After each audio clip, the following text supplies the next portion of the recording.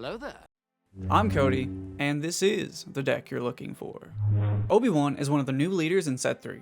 His ability allows you to exhaust him to heal damage from a unit, and while this may not seem flashy at first, it adds up over the course of the game, and when deployed, Obi-Wan is a 4/7 Sentinel with an on-attack ability that heals a damage from a unit and deals a damage to another unit, keeping him or your other units in the battle for longer. You might notice there are no Luke Skywalkers in this deck. That's because I built this deck to play in paper, and I don't own any Luke Skywalkers. Yet. But if you got them, feel free to add them in. While we don't have Luke Skywalkers, what we do have is Luminara, who actually works well with our leader, and is the closest thing to a budget replacement for Luke we have at the moment. While you do lose the removal option, her Windplate effect to heal your base is great into aggro decks, and her Grit ability can be turned on by Obi-Wan's effect. Another card that could be a great inclusion is U-Wing Reinforcements, but it's flexible enough to slot either into the sideboard or be a part of the main deck. In fact, I've been experimenting with running 53 cards in decks lately, and it hasn't hurt consistency, plus the extra cards help reduce the chance of getting milled out in the longer games. So if you have multiple copies of U-Wing Reinforcements, consider adding them in. They can really add to the deck's endurance and versatility. So let's dive into what actually makes this deck work. While Obi-Wan's Sentinel ability is traditionally defensive, we're actually using it in a more aggressive way. One of my favorite cards from Set 2, General Rieekan, Defensive Strategist, plays a big role here. When he's played or attacks, he can grant a unit Sentinel, or give an experience counter to a unit with Sentinel. This pairs extremely well with Obi-Wan, making him tougher to remove while also letting us push damage. General Rieekan also makes an excellent target for Energy Conversion Lab, since he can come in with ambush, potentially take out an enemy unit, and add 2 experience counters to Obi-Wan, or give himself Sentinel and an experience counter. This creates a resilient board presence that's hard for your opponents to clear. Plus, this combos beautifully with Rey keeping the past, who can heal 2 damage from a unit, allowing us to keep our critical characters on the board and apply constant pressure. But we're not stopping there.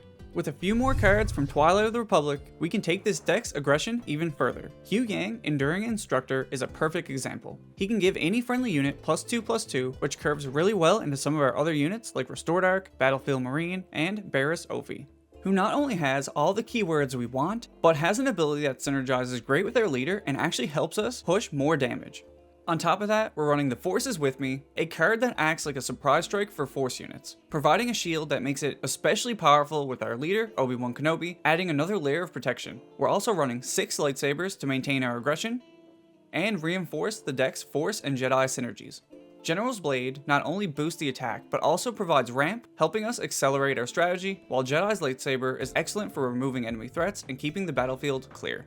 Most of our key units like Obi-Wan, Ayla, and Barriss have both the Jedi and Force synergies, so they'll benefit from either weapon, but keep in mind, not every unit has both traits. For instance, Battlefield Marine lacks both traits, so he won't benefit from either of the lightsaber's bonuses, while Rey is only a Force trait, so she will only get the bonus from the Jedi lightsaber. Of course, all units will get the buff.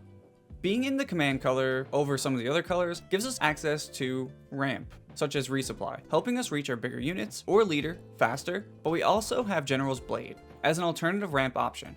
When equipped to a Jedi unit, it not only boosts their attack, but also lets us deploy higher cost units sooner, like General Rieekan, while still maintaining aggressive pressure. In some situations, this makes General's Blade an even better ramp choice than resupply.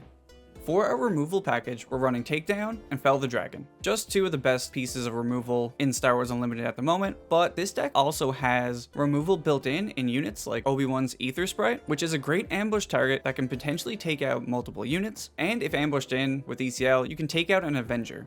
We also have Obi-Wan's Deploy effect that can help take out low health units. Now let's talk about the sideboard.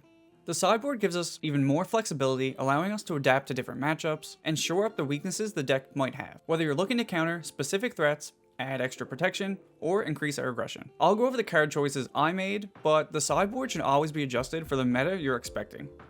The first card in our sideboard is Force Throw. With the recent banning of Boba, you could probably remove this card, but it does fit great into the deck. Even though it's out of aspect, paying 3 for this in a deck full of Force users is a really powerful effect to either discard a card from our own hand to remove a threat, or get a card out of your opponent's.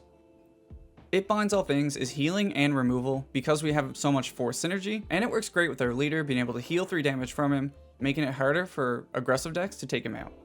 Sword and Shield Maneuver, once again, synergizes with our Jedi theme, giving all of our units that are Jedi Sentinels and our one trooper Raid 1. This is also another card for aggro decks to help stagger their aggression. And then we have Choose Sides. This is there for the control matchups. It's a great card. They play Avenger. You're able to trade one of your smaller units for an Avenger, forcing them to answer their own threat. And this card has been really good in sideboards in set 2 against control, and I think it will still be good in set 3. I hope you enjoyed this look into my Obi-Wan deck and found some ideas to try out in your own games. Don't forget to like and subscribe, and leave a comment if you have any thoughts or questions. I'd love to hear from you. Thanks for watching, and I'll see you in the next one. Wake up. Today's gonna be a good